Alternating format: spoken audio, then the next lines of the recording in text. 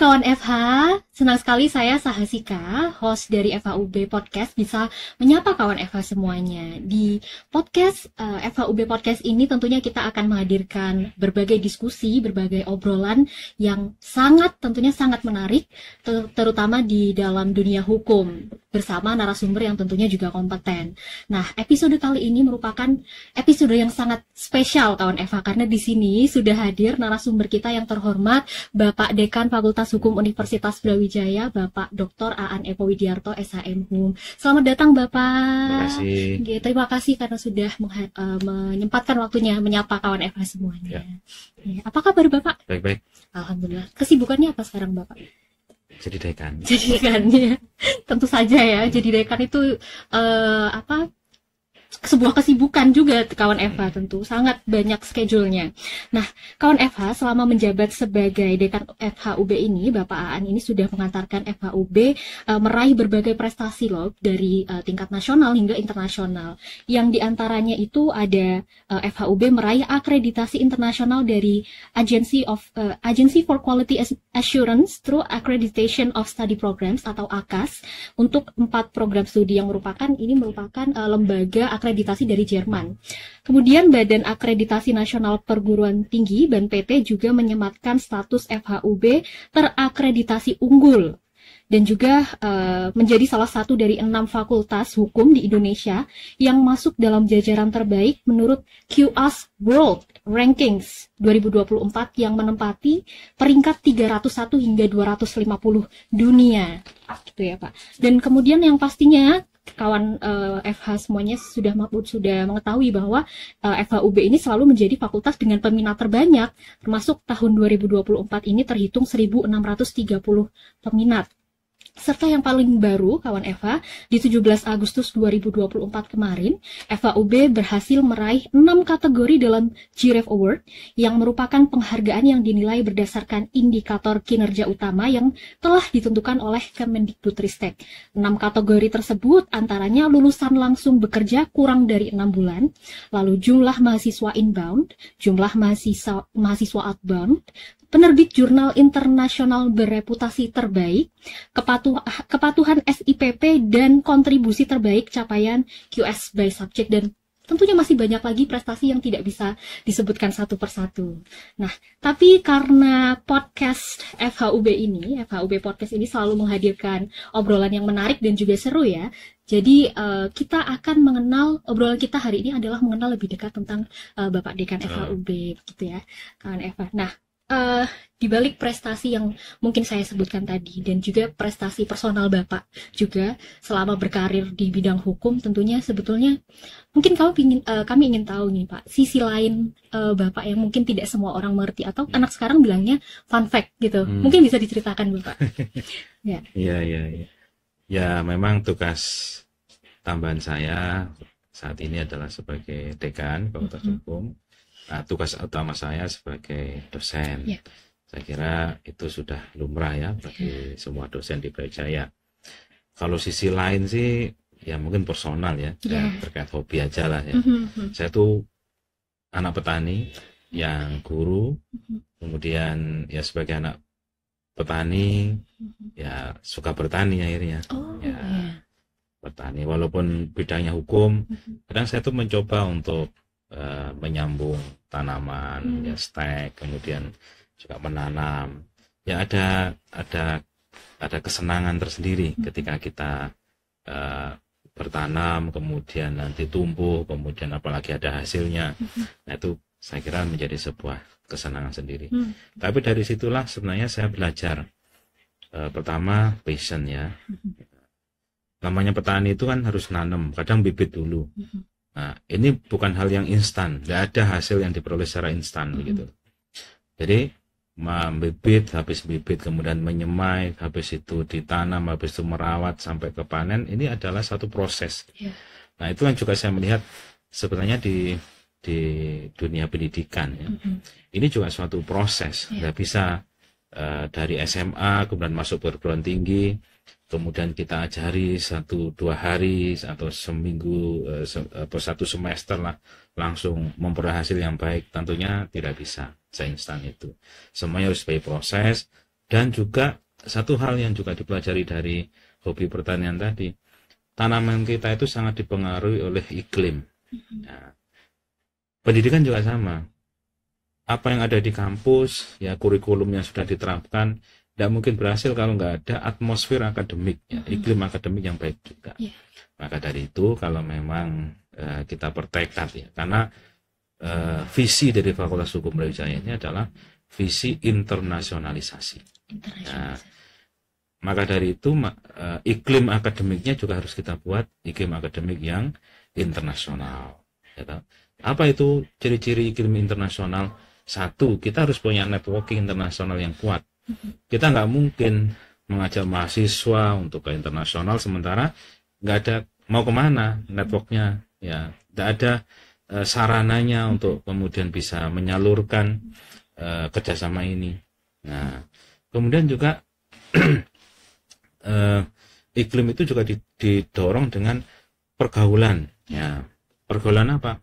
Mahasiswa tadi yang sebutkan, ya, alhamdulillah kita memperoleh penghargaan inbound banyak, ya, outbound banyak. Itu sebenarnya untuk menjaga iklim internasionalisasi. Jangan sampai iklim ini nanti rusak. Kalau ini rusak, semangat internasionalisasinya menjadi kurang. Nah, kita sebenarnya dapat posisi 300 dunia QS itu bukan hal yang ringan untuk dipertahankan. Jangankan naik, ya, bertahan aja itu suatu hal yang sangat berat. Kenapa? Karena dalam situasi yang sama, fakultas hukum yang lain baik di dalam maupun di luar negeri ini terbang bahkan berlari untuk mengejar gitu. Yang sekarang belum 300 itu sudah menyerbu kita juga gitu loh. Nah, kalau kita nggak juga terbang juga begitu, ya, ya bisa kita melorot gitu. Disalip sama mereka. Makanya kita tetapkan visi ke depan, kita harus bisa 100 dunia. Biar nggak lengah ini. Kalau kita tetap bertahan di 300 dunia, udah nanti disalip. Tapi kalau kita memang ini masih pemberhentian sementara di 300. 100 dunia itu adalah capaian kita ke depan. Amin. Menarik sekali ya kawan FH. Tadi melihat sisi lain dari Bapak Aan juga, ternyata hobinya itu bertani, bercocok tanam. Tidak kebanyakan orang gitu, terutama mungkin dosen ataupun dekan itu banyak yang hobinya itu misal badminton, tenis, banyak ya sekarang tenis atau golf gitu. Bapak ternyata hobinya itu sangat filosofis, bisa memaknai makna kehidupan, memaknai bagaimana kita menanam pendidikan begitu. Tapi mungkin mundur sedikit ya Bapak. Bapak tadi menceritakan latar belakang Bapak dari keluarga petani dan guru, betul ya Pak? Sangat kental dengan pendidikan juga tentu dari muda. Dan perjalanan karir Bapak juga mungkin dimulai dari FHUB ini juga, dari mahasiswa. Bagaimana sih Bapak ketika muda itu, boleh diceritakan enggak? Karena yang menonton kan kawan FH, masih jiwa muda, masih mahasiswa gitu. Bapak ketika muda itu sosok yang seperti apa sih Pak gitu? Apakah sefilosofi sekarang gitu, visioner sekali seperti sekarang, mungkin bisa diceritakan Pak? Ya. Muda, kecil, nah, ini tergantung kapan settingnya ini ya. Jadi kalau hitungannya adalah menginjakkan kaki di Malang, ya, saya itu di sini 95. Tahun 95. Sudah lahir belum? Belum saya. Ya? Kawan Eva juga sepertinya belum. Ya, 95. Saya tuh kelahiran 76. Ya. Nah, saya besar di desa kecil di Jadi kalau guru saya itu namanya Pak Ibnu, ya. Ini kalau ngomongin Aan ini, pokoknya aspal habis ke sana itu sudah rumahnya, saking terpencilnya gambarnya. Di daerah Lumajang sana, di Kali PP, Sewilangun, Lumajang. Nah, ibu saya guru agama, bapak saya guru agama. Nah, kalau guru SD semua, bapak ibu guru SD. Kalau namanya guru SD itu ya pagi mesti rutinitas ya, siap-siap mau berangkat ngajar ke SD. Kemudian sekitar ya karena SD ya jam 12 itu sudah pulang. Sehingga jam 1 sudah bisa istirahat. Saya pun kan pulang dari sekolah. Waktu dulu kan tidak ada yang namanya full day school itu, ada jarang lah ya, apalagi di desa kan. Ya akhirnya full day, yang disebut full day itu ya di kelas pun juga nggak pernah pakai sepatu ya. Ya kalau saya dari rumah bawa sepatu, tapi sepatunya saya buang di sini. Ya istilahnya nyeker dulu ya. Nah, ke sekolah. Saya di madrasah ya, madrasah Bidayah Muhammadiyah pada waktu itu. Di belakangnya ada sungai. Jadi kalau habis pelajaran mancing, nggak pakai pancing mancingnya. Jadi cacing ditali, pakai talinya seratnya pisang, terus pakai lidinya sekolah dicabuti kan, dimarahi kadang-kadang sama guru ya. Kemudian buat mancing di sungai. Ya itu aja, itu jadi sekolah alam kan kalau istilah sekarang ya. Terus pulang. Nah, pulang agak sore ada bapak ke sawah, terus saya kadang ikut. Nah, kemudian saya pun kadang main sama teman ke ladang gitu ya. Nah, itu ya sekolahnya anak dulu ya seperti itu ya. Tidak seperti sekarang full-day, pulang-pulang malam, gelap, eskul dan seterusnya. Nah, dari situlah saya itu sebenarnya ya adatnya atau kebiasaannya sebagai anak desa ya. Jadi, kemudian datang ke Malang yang situasinya sangat perkotaan gitu. Tapi yang saya ambil pelajaran adalah daya tahan akhirnya ya. Anak desa itu ya belajar, kemudian bermain, ya lari kalau fisik ya, ya cari jangkrik itu ke sawah panas-panas, main layangan. Anak kota kan jarang ya, habis itu ya nonton TV kan ini. Nah, ketika beranjak di perkuliahan ini, ya akhirnya ya jadi biasa, nggak di rumah gitu. Ya aktif, waktu itu saya aktif di Manifest ya di kampus, sama di Forsa. Ya kebetulan sebagai ketua Forsa, di Manifest juga sebagai redaktur di sana. Dan kos-kosan itu hanya tempat untuk nyuci baju aja. Ya, tidur pada waktu itu masih di kampus ya. Boleh sekarang nggak boleh ya. Ya itulah ya tekad. Ya karena kebiasaan di kampung, di desa yang sosialisasi, yang dengan alam, akhirnya ya terbiasa. Dan yang menarik menurut saya pelajaran pada waktu kuliah dulu di sini di Manifest itu, saya reportase soal petani garam. Nah, petani garam, advokasi petani garam yang tersingkir akibat industrialisasi, impor garam. Terus dari Dewan Redaksi itu menugaskan ke Sumeneb, di Madura, Kalianget ya. Nah, karena waktu itu ya masih sederhana, kita mobil nggak punya, naik motor. Nah, dari Malang ke Kalianget, nggak hanya Sumenebnya, masih terus lagi sampai ke pabrik garam itu. Ya, itu naik motor ya, PP gitu. Nah, itu kuat. Kalau sekarang sudah apa-apa mungkin. Motornya saat itu apa Pak? Masih ingat Pak? Motornya ya orangnya ya Pak. Nah, itulah. Ya saya lihat dampaknya apa sih ke etos ya. Ketika kita berjuang ya, aktivitas apapun ya, karena itu akan menimbulkan yang disebut dengan soft skill ya. Kuliah ini kan membangun hard skill-nya, kemampuan ilmu hukum dan sebagainya. Tapi ada soft skill, kemampuan di luar ilmu hukum, tapi itu sangat menunjang. Ya, dengan komunikasi dengan pihak luar, bagaimana kita lobby terhadap pihak pabrik, ya kita advokasi masyarakat, kita survive dengan uang ya seadanya kan, kampus nggak mungkin biayai. Nah, sementara dari orang tua ya kita nggak mau membebani, sehingga ya semampunya. Kita tidak membebani, tapi kita bisa menjalankan tugas. Saya kira itu hal-hal yang ya sebagai anak muda pada waktu itu ya nerimo sih ya, karena kita tadi ya pertama nerimo, ya naik apa aja ya oke lah ya. Itu aja motornya pinjam. Ya, jadi gocengan pinjam ya. Itu yang dilakukan waktu muda dulu. Waktu muda dulu. Sangat penuh perjuangan ya Bapak, apalagi dari desa terus ke Malang. Malang ini kan salah satu kota di samping Surabaya, ada Malang yang termasuk kota besar itu kan Pak. Apakah perjuangan itu memang sudah dimulai dari kecil gitu? Maksudnya dari desa ke kota itu kan juga butuh perjuangan. Itu juga dimulai dari saat itu kah? Saat misal dari SD misalnya. Dan apakah jiwa leadership Bapak tadi kan juga jadi ketua manifest, ketua Forsa dan juga aktif di manifest, apakah sifat leadership itu sudah ada sejak sebelum mahasiswa Bapak ini? Ya, seingat saya dulu, saya tuh juga sebenarnya bukan orang yang pemberani bicara di depan umum gitu ya. Saya ingat dulu waktu masih madrasah itu setingkat SD ya, madrasah ibtidaiyah, itu diminta untuk membaca Al-Quran di pengajian, namanya pengajian Ikatan IPM ya, Ikatan Pelajar Muhammadiyah.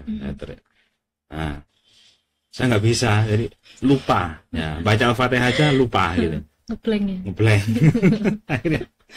Nah, terus tapi karena tergembleng terus ya, belajar lagi, lama-lama terbiasa di organisasi, dan dipercaya teman-teman jadi ketua IPM-nya. Yang awalnya masuk itu baca Al-Quran saja, Al-Fatihah ngeblank ya.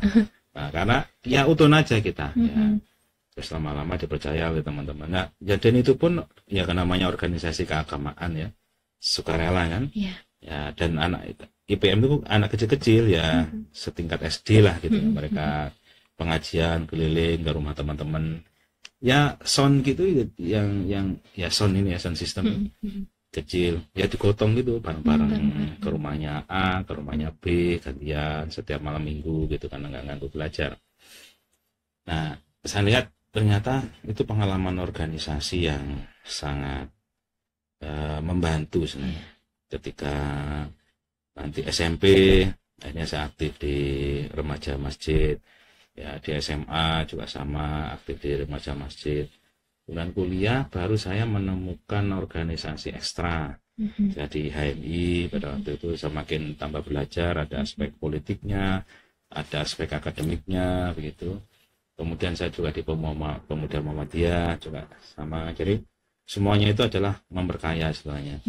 Dan ya ketika di sini sama kolega dosen, senior, guru-guru kita dipercaya untuk karena kan dekan itu pilihan ya. Ya, ada proses pemilihan di grassroots, ada proses pemilihan di senat. Ya, mungkin dinilai bisa mengorganisir, dipercaya, ya akhirnya terpilih itu, dan Pak Rektor pun setuju. Jadi ya mungkin itu bukan hal yang instan tadi. Ya, seperti yang awal tadi, kita itu nanam itu kan harus sabar toh, mulai dari benihnya, kemudian nyemainya, memelihara, merawat pupuk kan gitu. Apakah sekarang sudah panen? Ya tentunya belum. Ini masih proses semua kan. Kita tidak tahu sampai di mana ujungnya. Dan mungkin hal yang menarik yang jadi pengalaman saya, dan nggak semudah ini langsung gitu ya. Jadi S1 seharusnya kan mudahnya langsung kuliah. S1 SMA ya. SMA seharusnya kan langsung kuliah. Saya nggak bisa langsung kuliah. Kenapa? Padahal saya udah berusaha ya, lulus SMA, pergi ke Jogja, ada bimbingan belajar di Jogja selama 6 bulan. Karena pada waktu mau ujian, waktu itu namanya adalah UMPTN namanya, ujian masuk perguruan tinggi negeri. Kalau sekarang ke SNBP dan sebagainya. Nah, kartu saya itu hilang, kartu ujian. Nah, ada yang nyuri. Ada yang nyuri, Pak. Jadi saya di asrama, terus pagi-pagi mau berangkat, sudah mandi, sudah siap mau ujian. Loh, kartu ujianku mana? Nggak ada. Saya cari-cari di bawah. Saya buka tas, ijazah saya malah hilang juga. Ijazah SMA. Jadi udah saya seperti gelap sudah waktu itu kan. Gimana ini, sudah 6 bulan, sudah all out lah ini, sudah dari Lumajang yang pucuk tadi itu ke Jogja. Nah, tapi itulah yang terjadi di saya. Terus akhirnya ya saya pulang, matur pada orang tua, ada kegagalan. Otomatis pada tahun itu nggak bisa masuk perguruan tinggi. Harus sabar ke berikutnya, tahun depannya. Akhirnya ya syukurlah bisa ijazah bisa diurus, kemudian tahun depan bisa masuk ujian lagi dan diterima di sini, Brawijaya. Nah, sini pun ya ketika proses tadi ya, sekolah S1 ya, S1 mau berkenaan kerja ini ya. Iya. Teman-teman itu sudah ada yang diterima di kejaksaan, sudah diterima di hakim, sudah di Kemenlu. Nah, saya masih belum diterima juga. Gak pernah di kejaksaan itu sampai di Kejagung ketemu jam. Sehingga saya waktu jam Intel. Wawancara Jaksa Agung Muda, ditanya gitu. Satu yang nggak bisa tanya sponsor. Siapa sponsornya? Wah. Saya punya sponsor sama dari Sponsor. Waduh. gitu ya, ini ya nggak jadi diterima. Akhirnya semuanya lewat. Ya saya harus bertahan, saya nggak mungkin pulang ke kampung merepotkan orang tua lagi. Saya harus wirausaha, usaha. Akhirnya saya ikut teman dari Bandung yang usaha ini gorden. Akhirnya saya menjajakan gorden waktu itu. Di Malang? Iya, di Malang ini ke perumahan-perumahan, jajakan gorden. Ya kadang ada ditolak, kadang ya silahkan, terus ya ini silakan dipasang dan seterusnya. Sehingga saya dulu kan ada bank BNI Syariah di dekat pesawat Sohab itu. Waktu itu sama direkturnya dapat kerjaan kita, terus di situ ya itulah sela-sela itu. Akhirnya saya bergabung di setelah dengan usaha itu kan. Ya terus bergulir, saya bergabung di LSM, saya ikut pusat kajian waktu itu sama Pak Ibnu di BPO Toda, kemudian ngajar di Unmu awalnya ya sebagai dosen kontrak waktu itu, di kontrak. Habis itu ya sambil di Pak Ibnu di BPO Toda saya kuliah S2, ngelamar dosen, diterima. Ya dari situlah kemudian mulai menjalani sebagai dosen PNS gitu. Kalau sebelumnya ya sebagai dosen non PNS. Ya memang harus utuh lah semua. Kita nggak tahu endingnya sampai di mana. Ya, yang penting bagi saya ya kita bisa bermanfaat.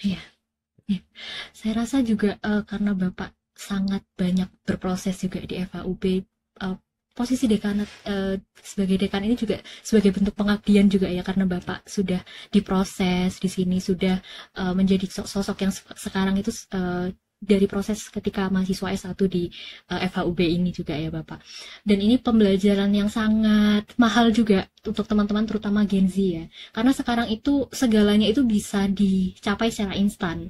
Banyak sekali hal-hal yang bisa kita dapatkan secara cepat gitu. Kita bisa belajar juga dari pengalaman Bapak Dekan juga bahwa segalanya itu butuh proses dan butuh perjuangan. Dan adanya kegagalan itu juga bukan berarti gagal pada saat itu. Tapi harus ada etos kerja gitu, untuk pasti ada lebih baik. Bahkan Bapak dari desa mengalami kegagalan ketika mau masuk kuliah, ketika di kejaksaan, tapi sekarang sudah bisa mencapai posisi yang seperti sekarang itu pembelajaran ya buat teman-teman Gen Z semua gitu, termasuk saya juga. Saya Gen Z Pak.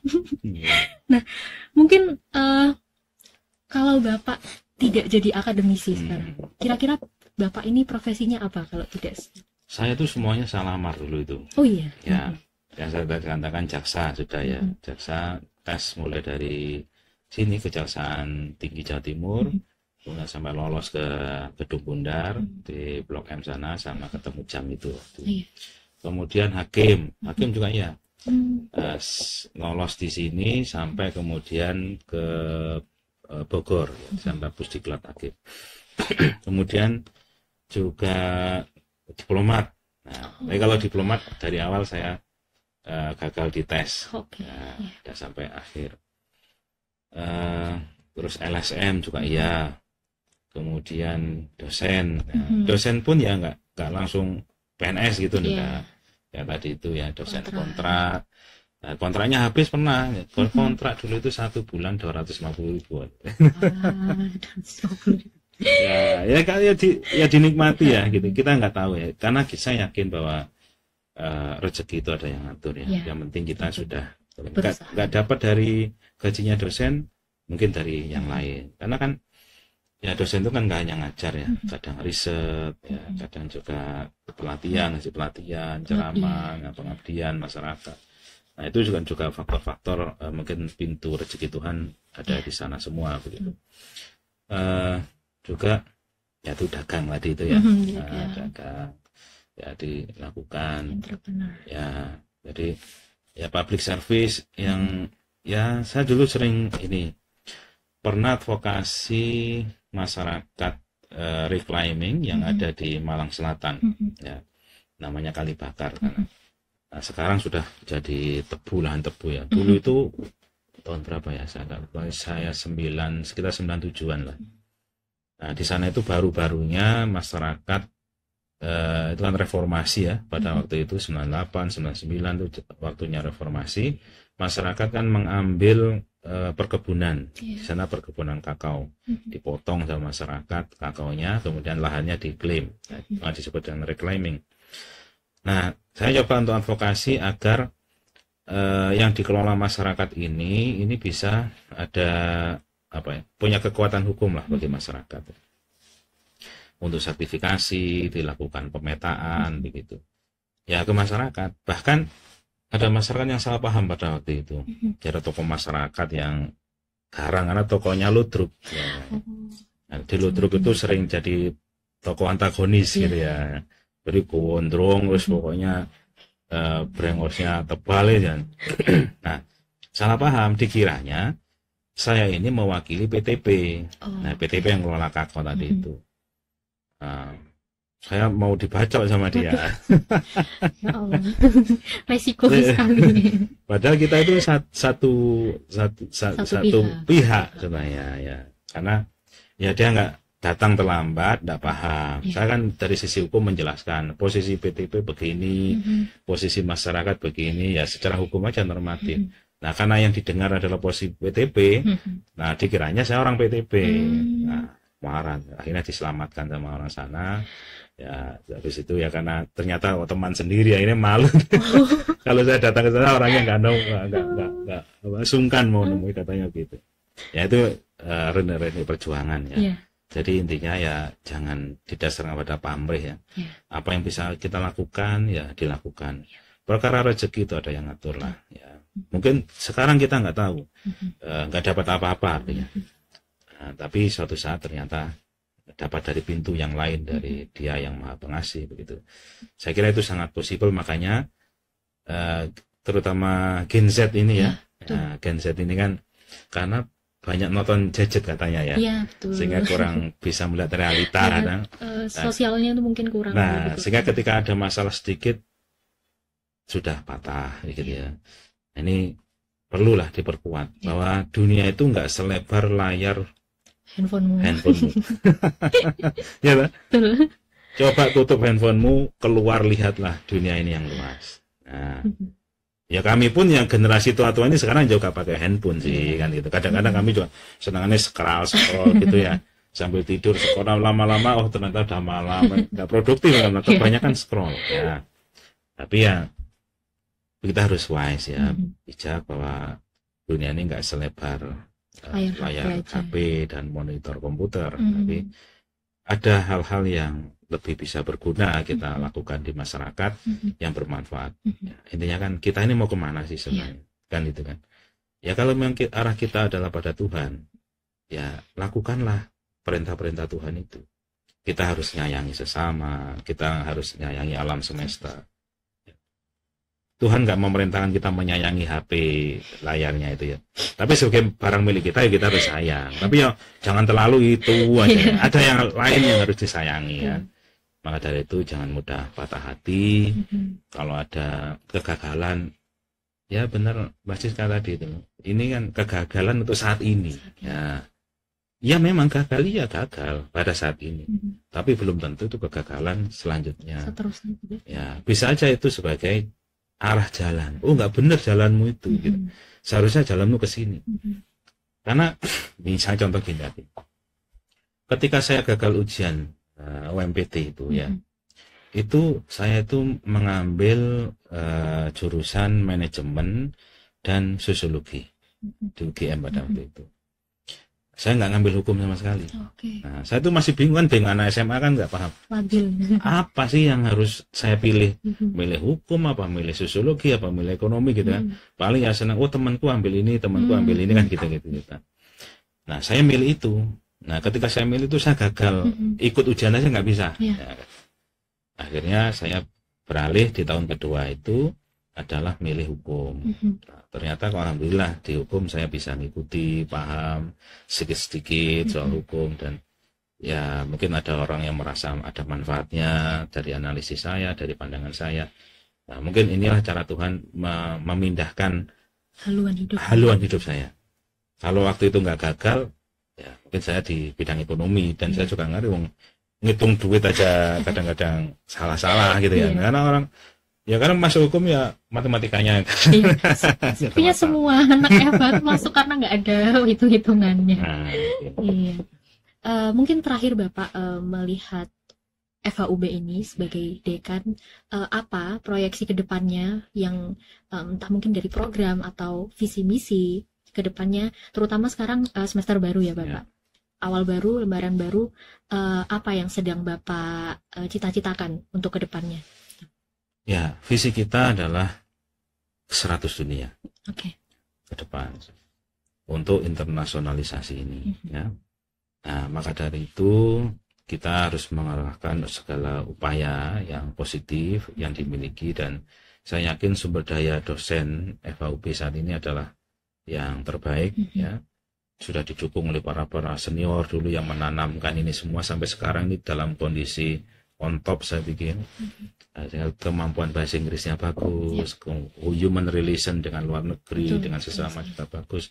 Nah, ini adalah modal dasar yang besar sekali dalam rangka mencapai visi tadi, 100 dunia. Nah, ini harus bisa dimanfaatkan, dikelola dengan baik, dan ya kalau bisa terus dilanjutkan, karena dosen baru pun yang saya lihat ini juga sangat bagus ya. Nah, tinggal bisa memanage bersama-sama, menjadikan ini adalah satu perjuangan bersama, sehingga nanti bisa secara nasional maupun secara internasional kita berkiprah. Saat ini untuk akreditasi kita sedang berjuang yang di Jakarta, kita kan punya kelas juga di Jakarta. Untuk akreditasi nasionalnya meningkat, kalau bisa juga unggul, yang untuk MKNJ sama MIHJ Jakarta. Nah, yang di Malang kita berusaha untuk yang MKN Malang bisa akreditasi internasional. Ini yang harapan kita ke depan. Ya, semoga semua sivitas akademika, nggak hanya dosen dan tenaga kependidikan, tapi juga mahasiswa. Nah, karena komponen utamanya kan mahasiswa. Nah, kalau kami dosennya dan tendiknya sudah kuat, kokoh, getol, tapi mahasiswanya diajak lari nggak mau. Nah, isinya malah kalau diajak, wah Pak ini kok memberatkan, saya nggak mau, kami. Ya terus piye? Ya gimana kita bisa maju? Sementara mahasiswa kalau kita misalnya lihat di Singapura, mereka itu nggak ada yang mahasiswa ngucut pakai kartu remi gitu di kampus. Mereka yang dibuka ya tab, ya ke perpustakaan, ya diskusi bersama, ya nggak ada yang rokokan bersama sambil ngobrol-ngobrol minum kopi kayak di kafe, apalagi ada kartu permainan lah. Ini tentunya kan tidak bisa seiring ya. Nah, kita harapkan semuanya kita bersatu padu. Ya, kalau ingin rekreatif dan sebagainya kan ada salurannya sendiri ya. Mungkin di luar kampus mau main kemana, mau ke gunung, silahkan. Tapi kalau di kampus, mari kita bangun atmosfer akademik kita yang baik. Amin, amin. Semoga dengan bekerja bersama-sama ya semuanya, dari mahasiswa juga, elemen mahasiswa, kita bisa mewujudkan berbagai visi tadi yang disampaikan oleh Bapak Dekan. Baik, sekali lagi terima kasih ya, Bapak sama-sama. Sudah mau sharing sama kita semua, ngobrol-ngobrol. Ya, menarik sekali ya kawan Eva tadi, banyak yang sudah kita ulik gitu, dari sisi lain Bapak yang tidak banyak orang mengerti, lalu juga pelajaran hidup dari perjalanan karir. Akhirnya sekarang terbuka. Akhirnya terbuka. Menyesal gak Bapak? Semoga tidak menyesal ya. Oke, kawan FH, sekian dulu episode kali ini. Kalau kawan FH suka dengan video kali ini, jangan lupa untuk like, comment, subscribe, dan juga share ke teman-teman terdekat kalian. Sampai jumpa di episode lainnya nanti.